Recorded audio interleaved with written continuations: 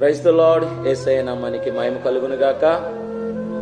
సమయంలో మీ అందరితో ఒక మంచి మాట పంచుకోవాలని ఆశపడుతున్నాను. మీరు ప్రార్థన ఏ రీతిగా చేస్తున్నారు?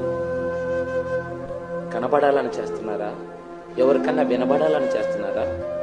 లేకపోతే ఆత్మీయ జీవితంలో నువ్వు ఉన్నతమైన స్థానంలో ఉన్నావని అనేకులు తెలుసుకోవాలన్నట్టుగా చేస్తున్నావా? పొరపాటండి. ఆ పని ఎప్పుడు చేయకండి. ఎందుకంటే రహస్యమందు చూచుచున్న నీ తండ్రి నీకు ప్రతిఫలము ఇచ్చేటట్లుగా మనము గదిలోకి వెళ్ళి తలుపు వేసుకొని ఎప్పుడైతే తండ్రికి హృదయపూర్వకంగా మొరపెడతామో, ప్రార్థిస్తామో, అప్పుడు మన ప్రార్థన అంగీకరించబడుతుంది.